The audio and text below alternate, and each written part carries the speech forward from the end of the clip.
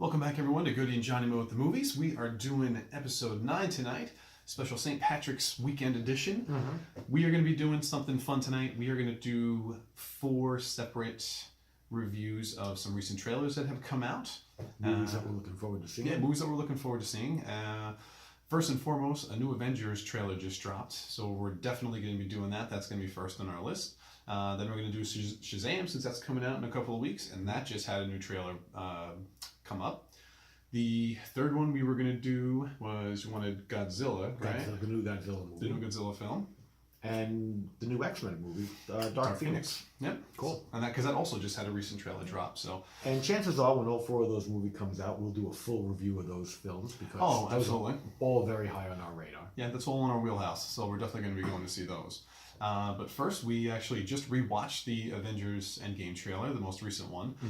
Some really cool walking down memory lane in the beginning. You know, some flashbacks for each of the main Avengers, between Tony,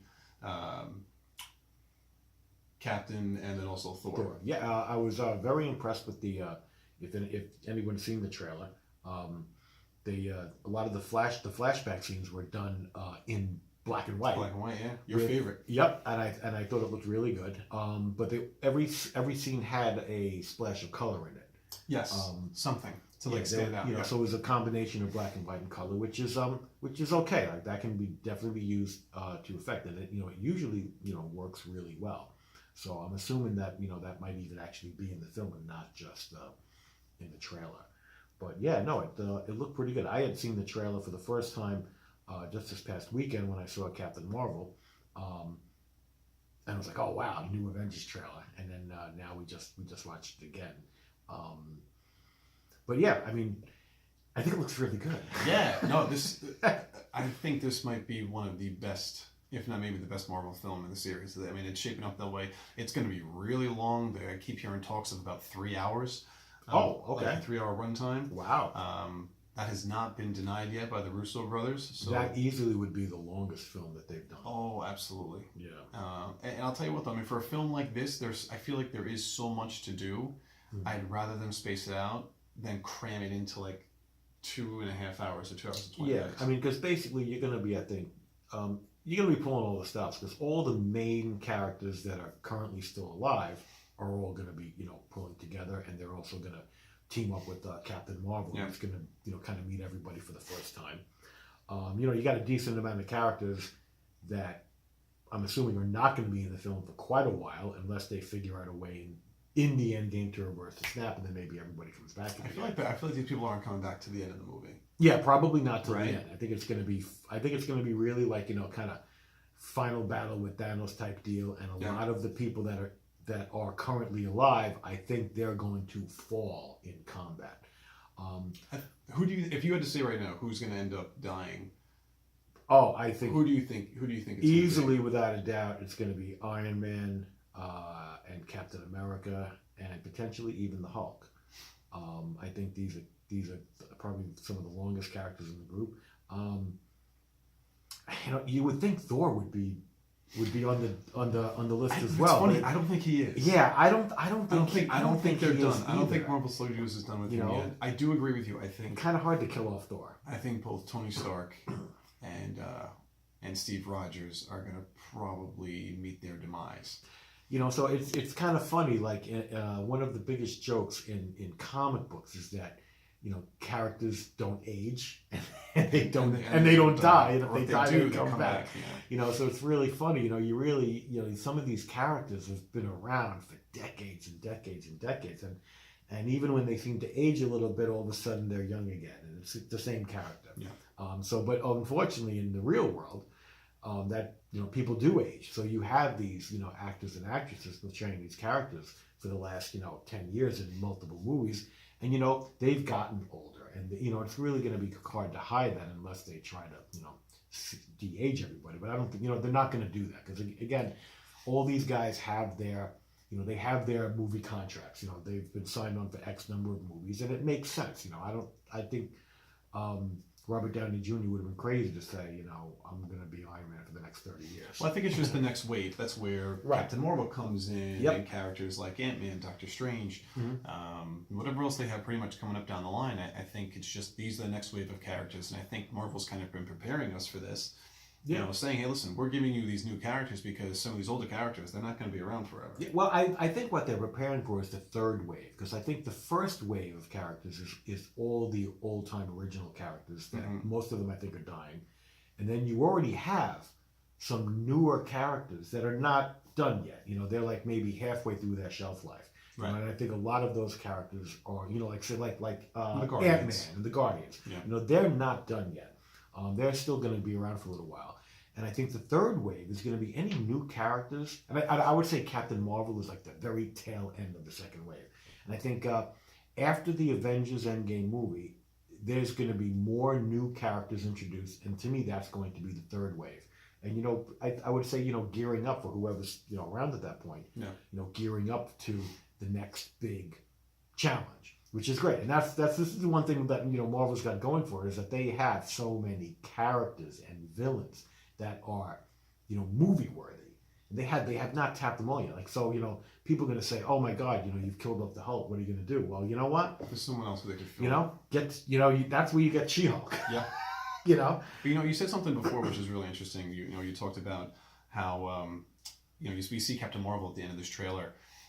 And it really wasn't until I thought about it that it's interesting that she's going to now interact with these guys on screen. Mm-hmm. And I thought it was perfect that her interaction was with Thor. Mm-hmm. Because someone who's, you know, I don't want to say on her power level, because she's probably more powerful than him. Yeah, she might be. I honestly, you know, Thor, in the comic books, Captain Marvel is not as powerful as Thor.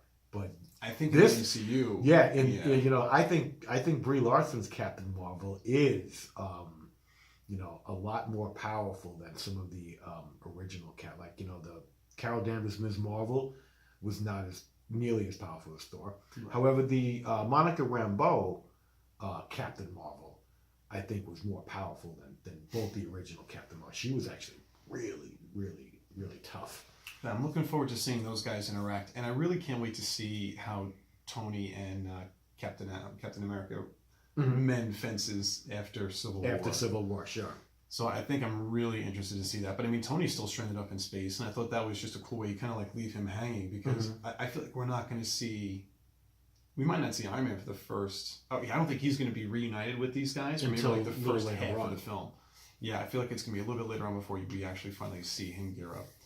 Now there is in the trailer there is like a voiceover narrator, and from what I've heard or what I've read is I believe that is the Ancient One. I forget who plays the Tilda Swinton. Yeah. Tilda Swinton plays the female Ancient One, and I believe that's her voice. It sounded like it. You know what's funny? The first time I watched it, I didn't notice that until you pointed that out. Yeah. Because it's not really obvious who it is. You almost tend to think it's Black Widow, but it's not. Right. So I mean, to me that leads to that lends to the idea that, you know, whatever Doctor Strange was prophesizing or talking about in the first Avengers movie, even though he disappeared, you know, there's an end game there that he knows about. Yeah. That's probably going to involve, you know, it's going to involve the mystic people. You know, because it's, you know, they're going to be pulling all the stops. We see the suits at the end, and we're pretty sure that those are the quantum realm suits. That the Avengers are wearing, and of course we see, we see Ant-Man come out, and then the first time you see him in the trailer, he's looking at like missing signs that are hung up on telephone posts. Which there's probably about 100 million of those. Right, and for him, he was stuck in the quantum realm for so long. So now that he's finally out, so I hope they explain how he got out. Exactly, and that time has passed. He's probably come because when he went, because at the end of Ant-Man and the Wasp, he was in the quantum realm, and unfortunately, the people in charge of him, getting back, got snapped. I think that'll be really interesting to see where that goes. That was actually one of the best parts of the Ant-Man and the Wasp, was I thought the end, that little stinger at the end where he gets trapped in the quantum realm. Yeah. But I think you can tell that we're pretty excited for this. If you haven't seen this trailer already, go back and watch some of the other trailers that are out there for the Avengers Endgame. I think there's been I think this might have been the third one. There was a teaser, the first full trailer, and then this one. So definitely catch up if you can. Yeah, I think it's going to be really exciting to see, some of the big, players still left in the game, like, joining forces. You're going to have like Captain Marvel and Thor, and like I think the Ancient One, lending a hand with maybe some sort of like time travel, time bending type thing to try and reverse things. And it's going to be a final showdown. You think time travel is involved? I think so. I think there's going to be some sort of time bend here. Because again, Thanos, I believe, still has the gauntlet. So it's like the only way to. I mean, I don't think you're ever going to convince him to reverse the snap on his own. No. So there's going to be some. I think there's going to be some sort of bend way that that they get it undone somehow. Against what he wants. But yeah, I think what a lot of people don't realize is, basically Thanos won. Yeah. And now this is like the rally. This is the ramification. And he's done. Like, he did what he wanted to do. He's done. He's like not out to get anybody. No. He wanted to get the gauntlet. He wanted. And he's done. So I think, it's going to be these guys trying to figure out how to undo it. Whether they're bringing that battle right to Thanos' door wherever he's residing now, or, just trying to figure out a way to do it without him knowing it. Either way, I think it's going to be, like we said, I think it's going to be a great ending to I would say, like a 10-year journey. 11-year journey. Yeah, no, absolutely. We're both really looking forward to this. I'm sure a lot of you guys are as well if you're watching. And that's this coming right out now. when? In April 27th? Yeah. So we're whatever, like, whatever that last Friday is. A little bit over a month away. Yeah. It's going to be good. I think with that, guys, we're going to jump into the next trailer, but we're going to take a slight little break, and then we'll be right back. So we're going to say cheers to you guys. So, John, what are you drinking tonight? I've gone back to one of my old faithfuls. I'm drinking Bitburger from the can. Even though it is St. Patrick's Day tomorrow, I will be drinking Guinness tomorrow. You're saving your Guinness for tomorrow. I'm saving my Guinness for tomorrow. I'm doing Blue Point's Winter Ale right now. This is a nice favorite of mine for seasonal. All right. So, guys, with that, cheers. Cheers. Stick around. We'll see you guys in a little bit.